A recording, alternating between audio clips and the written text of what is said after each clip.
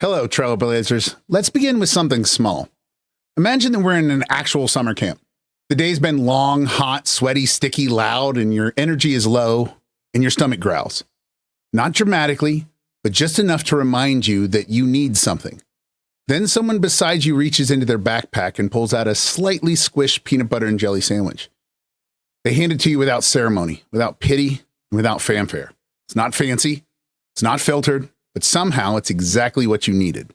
Simple, sticky, satisfying. And that's the spirit I want to bring to this talk. Because while the PB&J framework might sound like a snack, and yes, it's a food metaphor, it's also something much deeper, a relational ethic. A way of showing up for others and for ourselves, not through spectacle or performance, but through presence and through consistency. Through the kind of care that honors difference by offering micro accommodations, the small intentional adjustments that say, I see what supports you and I'm willing to meet you there. The PB&J framework is a practice of connection that says you matter and I do too.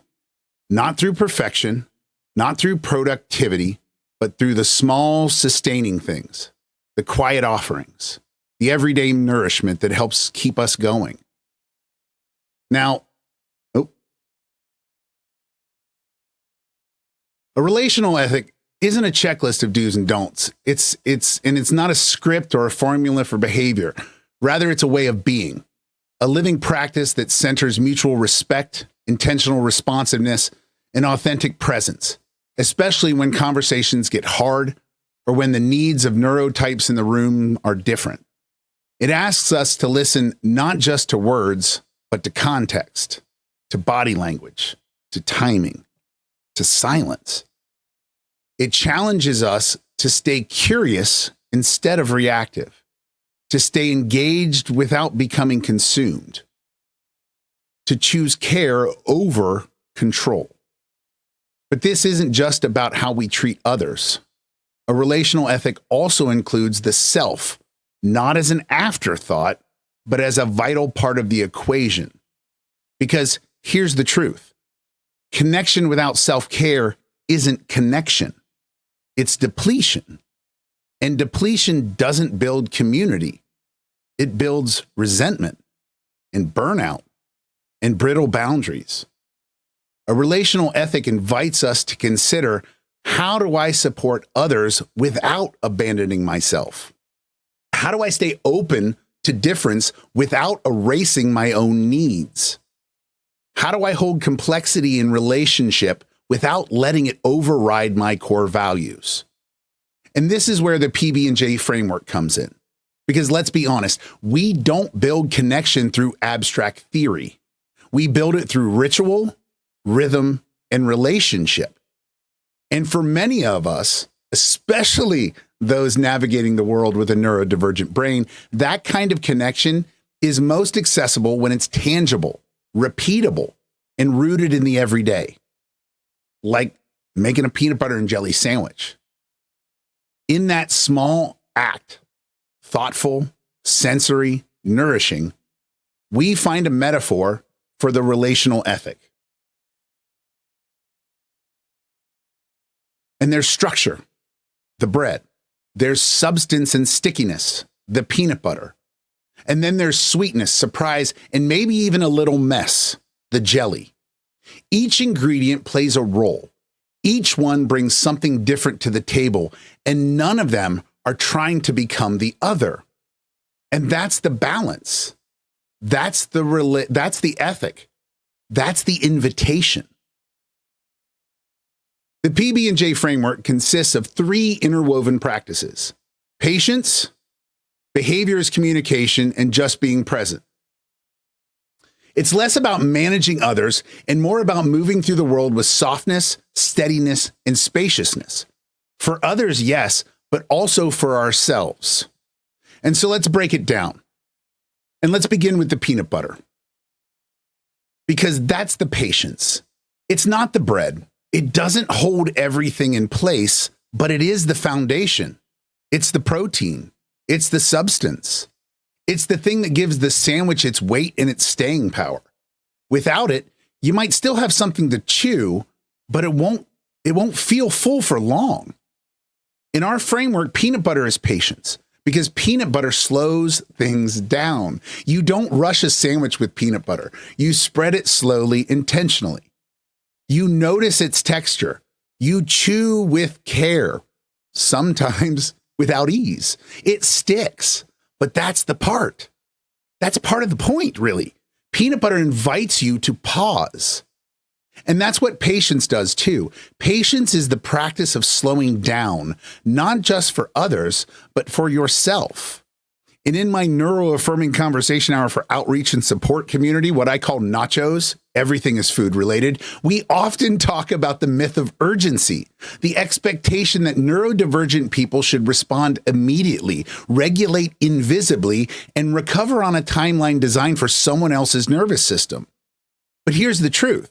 Healing isn't linear. Processing takes time, and self-care isn't always a pause that feels good. It's often a pause that feels necessary. Sometimes self-care means stopping mid-sentence and saying, I need a minute. Sometimes it's refusing to spiral into guilt when we cancel, when we can't push through, when we don't move as fast as we should. Sometimes it's letting ourselves be behind and trusting that we're not broken just because we're not rushing. Patience says, I don't need to have all the answers right now. I'm allowed to take the long route. My pace is not the problem. And patience doesn't just apply to movement or productivity. It's also about knowing when we've been overextended, overstimulated, or overpromised. It gives us permission to step back, to say no without shame, to say not yet without fear, and to say that's enough without apology.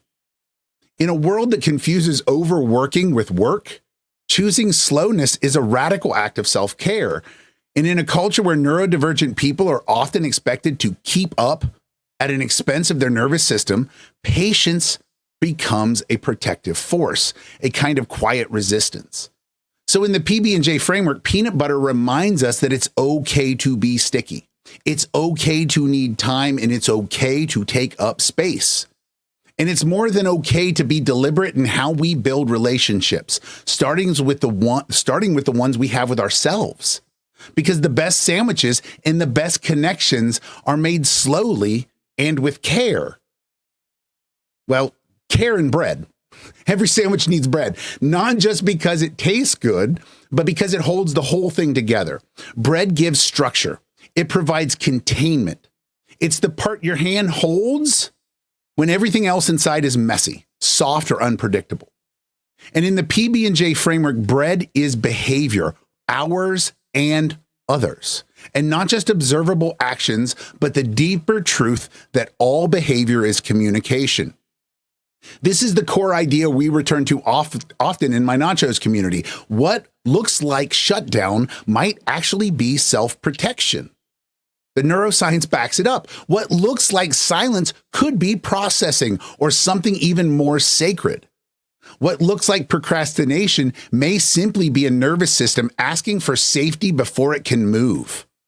When we start from that assumption, that behavior is not failure or defiance or dysfunction, but information, it's communication, we begin to build more compassionate containers for ourselves and for others.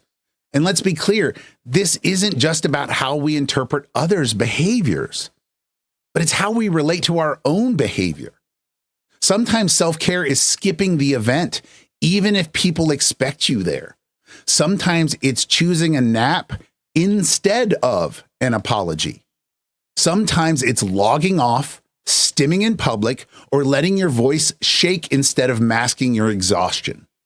And here's where the bread metaphor really matters, because bread doesn't judge the jelly for being sticky. It doesn't shame the peanut butter for taking time to spread. It holds it all with enough give to stretch and enough strength to keep the whole thing from falling apart. And that's what it means to approach behavior with curiosity instead of control. It's the decision to pause and say, what I'm doing right now, right here, might not look right but it's real. It's my body, my brain doing what it can with what it has. It's how I'm coping. And that frame gives us permission to be unfinished, to be unpolished, to be enough even when we're in process. And it's not just about self-compassion. It's about sustainable support. Because when we practice seeing behavior as communication, we stop trying to fix people and we start listening to them, including ourselves.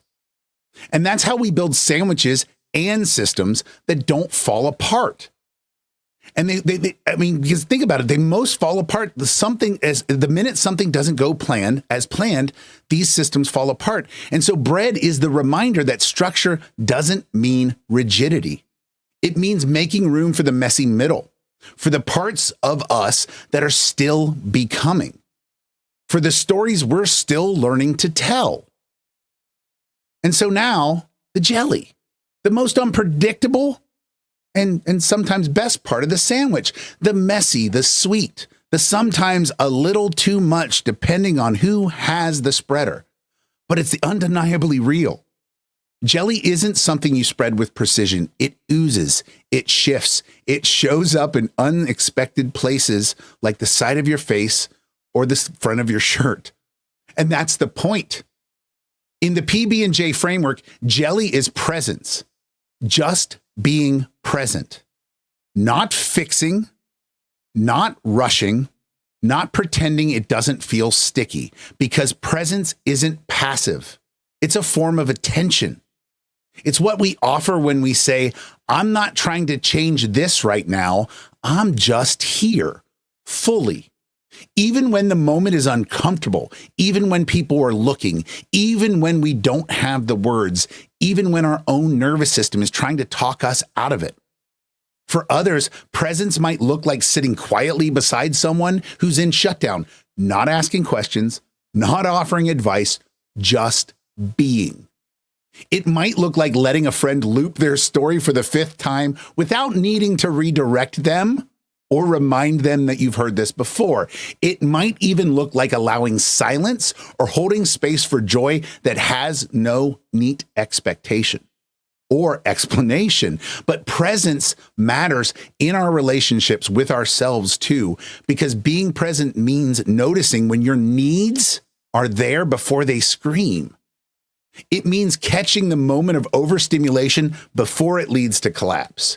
And it means checking in with your body, your breath, and your boundaries, not as a to-do list, but as a way of reconnecting with yourself in real time. And yes, sometimes presence is hard, especially if you've been taught to equate worth with composure, especially if your nervous system has learned to stay busy as a way to outrun discomfort. Especially if you've internalized that idea that being regulated means being fine. But presence says, I can sit with myself as I am, even if I'm not who I thought I'd be today. Even if I'm messy. Even if I'm not handling it well. Even if today all I can do is be here. And it's not avoidance. It's trust. Trust that this moment matters, even if it's imperfect. Trust that nothing has to be fixed right away. Trust that presence on its own is powerful. And just like jelly, presence doesn't hold everything together, but it brings something irreplaceable to the mix. It's the sweetness. It's the surprise. It's the reminder that we're allowed to feel. Because in the end, the best sandwiches and the best connections aren't always tidy. They're a little messy. They're a little sticky, but they're made with care and they nourish something real in us and in others. So let's step back and let's look at the whole sandwich now. When we begin with peanut butter, all right, the practice of patience.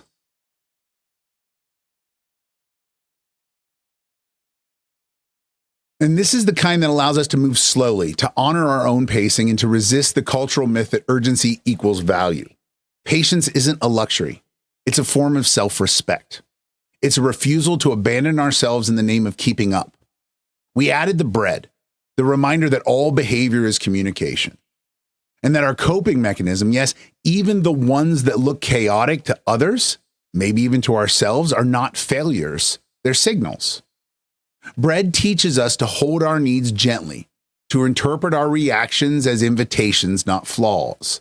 And then we brought in the jelly, that sweet, messy presence, the ability to be with ourselves, not as a productivity project and not as a fix-it task, but as a relationship.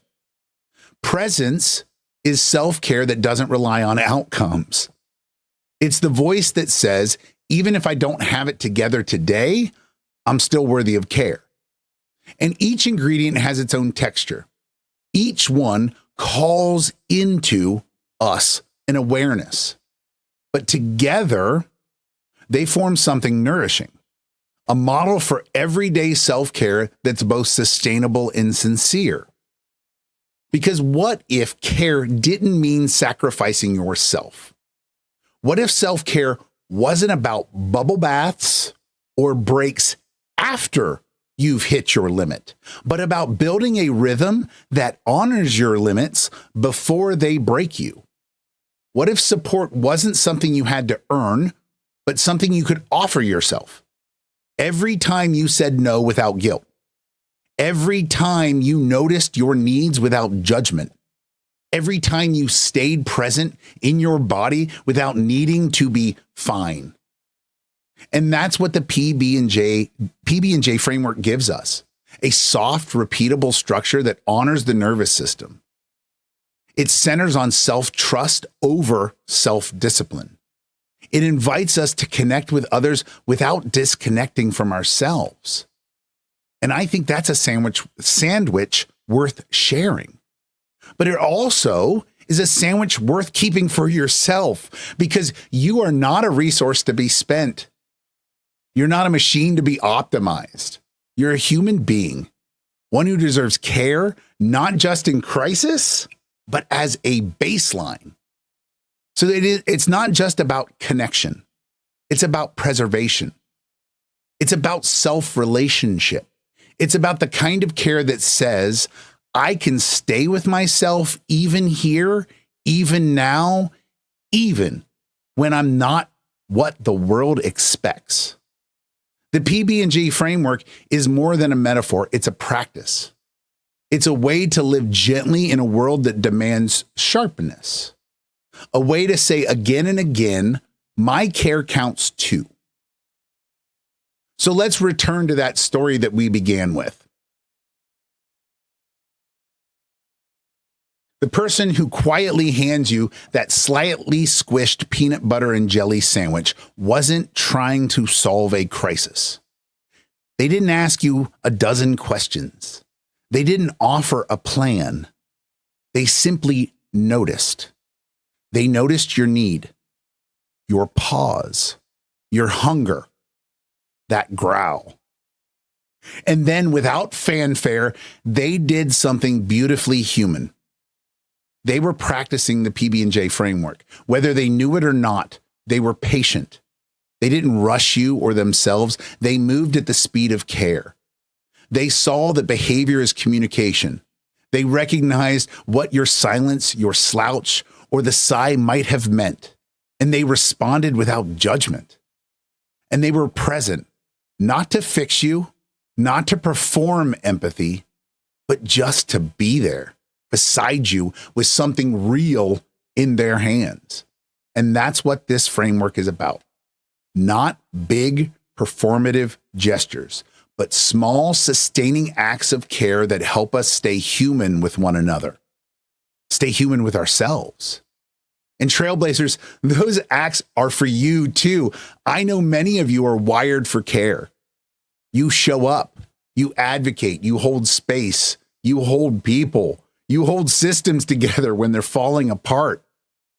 But let me say this clearly. You are not just a conduit of care. You're a recipient too. The PB&J framework isn't just a tool for supporting others. It's a map for making sure you don't get lost in the giving. A way to return to yourself, not as an afterthought, but as a priority. So the next time your nervous system says, Pause. You need to listen. The next time your body whispers, not today, you need to honor it. And the next time you feel like too much or not enough, let the sandwich remind you you don't have to be anything more than present. So here's where I'll leave you. Let the sandwich be self-care. Let the bread remind you that your behavior is a message, not a mistake. Let the peanut butter anchor you in patience, not perfection. Let the jelly keep you honest and willing to stay soft, even when the world asks you to harden. You don't need to blaze a trail on empty. Sometimes the most radical act of self-care for yourself, for your community, and for the future is just to make a sandwich, to share it if you can, to receive it if it's offered, and to sit beside someone quietly, to be fed, and to remember you're not a task, you're a person, and you're already enough right here, right now, just as you are. Thank you.